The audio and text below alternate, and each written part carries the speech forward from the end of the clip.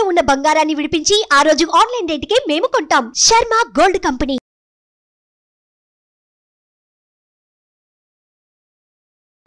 నమస్తే, నేను మీ జాహ్నవి. మనతో ఉన్నారు ప్రముఖ జ్యోతిష్య వాస్తు పండితులు, జ్యోతిష్య వాస్తు శిక్షణ నిపుణులు, లలిత ఉపాసకులు బ్రహ్మశ్రీ నానాజీ పట్నాయక్ గురువు గారు.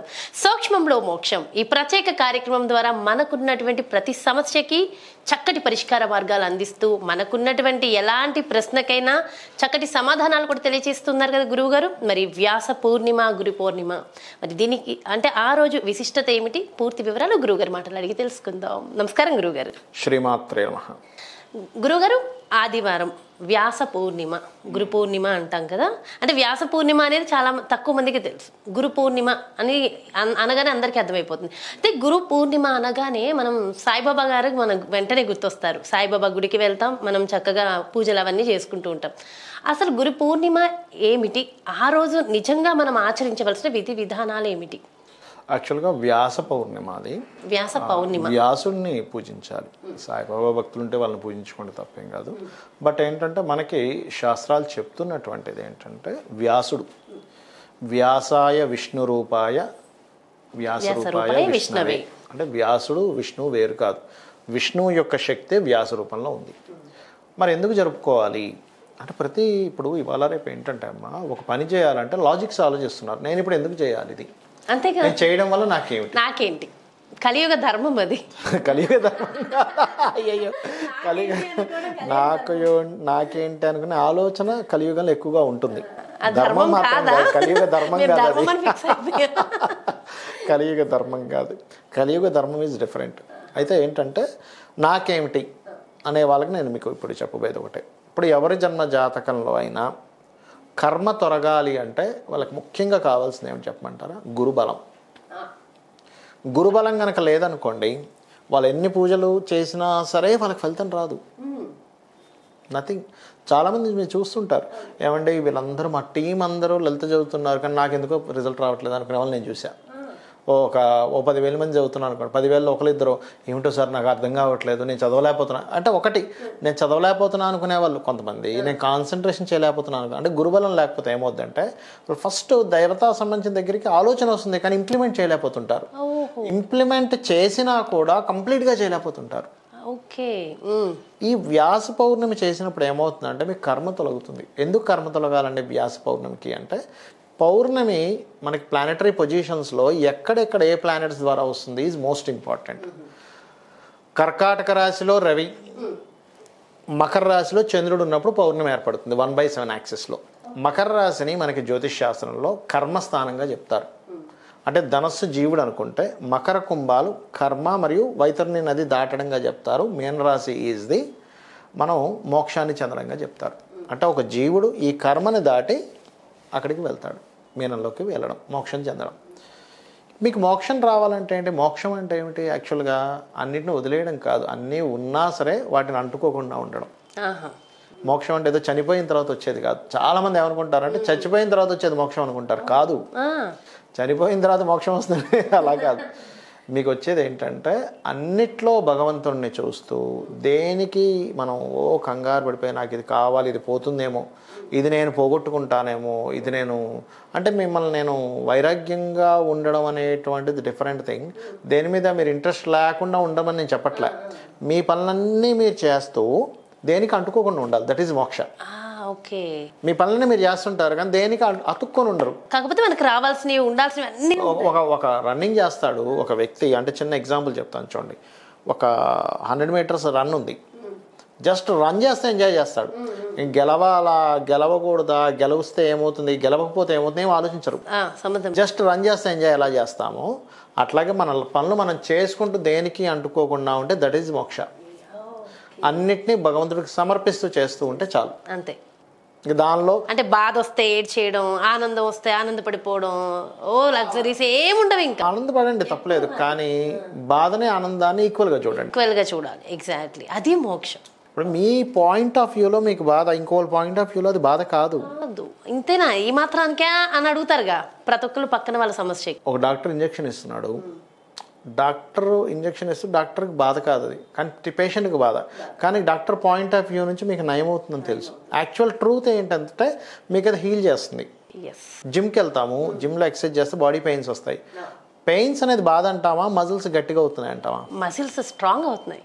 బాధ అనుకుంటే ఎట్లా? అంతే.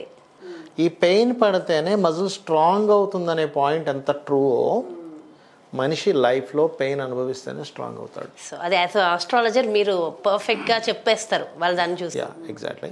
అయితే ఇక్కడ ఏంటంటే ఈ పౌర్ణమి ఎవరైతే చేస్తారో గురుబలం పెరుగుతుంది. కొంతమంది జాతకాల్లో గురుబలం లేనప్పుడు వాళ్ళు చాలా ఇబ్బందులు పడుతూ ఉంటారు, లక్ కలిసి రాదు, ఇట్లాంటివి అవుతూ ఉంటాయి. గురుబలానికి ఒక్క విషయం నేను చెప్పాలి, నేను ఎప్పుడు హ్యాపీగా ఫీల్ అయ్యే ఒక విషయం, ప్రతి గురువారం ఖచ్చితంగా మీ షూట్ ఉంటుంది నాకు.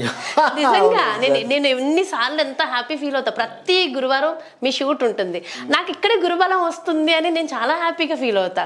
ఎందుకంటే ఒక గురువుని ఖచ్చితంగా ఈ రోజు ఉంటుంది, నో డౌట్ అన్న ఒక ఫీల్. సో అంటే ఒక గురువుని మనం దర్శించడం అది కూడా ఒక ఫీలే కదా. ఇంకొక విషయం మీరు అలా చెప్పారు కాబట్టి చెప్తున్నా, in my chart my Jupiter is good position. నాకు నడుస్తుంది కూడా గురుదశ ఇప్పుడు. ఓహో, నాకు కూడా అనుకుంటా బహుశా గురు మహాదశ నడుస్తుంది. సో నా చార్ట్లో గురువు పొజిషన్ చాలా బాగుంది. గురువే నాకు యోగ కారకుడు కూడా అయ్యాడు నా జాతకానికి.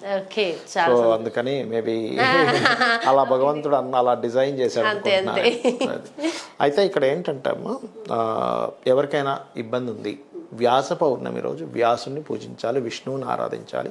శివునికి చందనముతో గురుబలం రావడానికి బెస్ట్ వే ఏంటి అంటే, చందనం ఉంటుంది చూసారా, చందనాన్ని వాటర్లో కలిపి గంధము కలిపి ఆ గంధముతో కనుక శివాభిషేకం చేస్తే, గంధంతో పౌర్ణమి రోజు అండ్ మనకి బిల్వపత్రాలు ఉంటాయి, బిల్వపత్రాన్ని వేసి అభిషేకం చేస్తూ సాయంత్ర సమయంలో గనక అమ్మవారికి సంబంధించినటువంటి మనకి పౌర్ణమి కాబట్టి చంద్రుణ్ణి చూస్తూ ఆ రోజు చలివిడి అవన్నీ నైవేద్యం పెట్టి పూర్తి లలితా సహస్రనామాలు చూసి గనక ధ్యానం చేసుకోగలిగితే మీకు కంప్లీట్ కర్మాస్ తొలగిపోతాయి. ఇంకొకటి ఏంటంటే, ఈ గురు పౌర్ణమి రోజు ప్రత్యేకంగా, ఇది పౌర్ణమి రోజు అంటే రెగ్యులర్గా చేయాల్సిన ప్రాసెస్, మార్నింగ్ ఇలా స్టార్ట్ చేయండి. ఎట్లా అంటే సూర్య భగవాను చూస్తూ వాటర్ పోయండి. ఇట్లా దీన్ని మనం ఏమనుకుంటాం, సింపుల్గా ఇట్లా పోస్తున్నాం సూర్యుని చూస్తూ అనుకుంటాం. కాదు, సూర్యుడి నుంచి ఏమొస్తుంది, డి విటమిన్ వస్తుంది, అవునా? ఈ వాటర్ పోసినప్పుడు ఏమవుతుందంటే, ఆ వాటర్ పడ్డప్పుడు మీరు గమనించండి, రెయిన్బో ఎట్లా ఫామ్ అవుతుంది మీకు కామన్గా. వర్షం పడ్డప్పుడు వర్షం సంబంధించిన వాటర్ వల్ల, ఆ సూర్యకిరణాల వల్ల ఈ రెయిన్బో ఫామ్ అవుతుంది. అట్లాగే మనం వాటర్ పోస్తున్నప్పుడు ఆ కిరణాలు వస్తూ 7 హార్సెస్ అంటాడు ఈ రెయిన్బో అంటే, 7 గుర్రాలు. అవి ఇట్లా కనెక్ట్ అయ్యి మన షట్చక్రాలకి, ఆ యొక్క సహస్రాలకి కనెక్ట్ అవుతాయి. అవి ఎప్పుడైతే సూర్యకిరణాల ద్వారా ఆ వాటర్ పోస్తూ అందులోంచి వచ్చి ఇట్లా కనెక్ట్ అయిందో, ఫస్ట్ మీ షట్చక్రాలు అండ్ సహస్రారం అలైన్ అవుతాయి.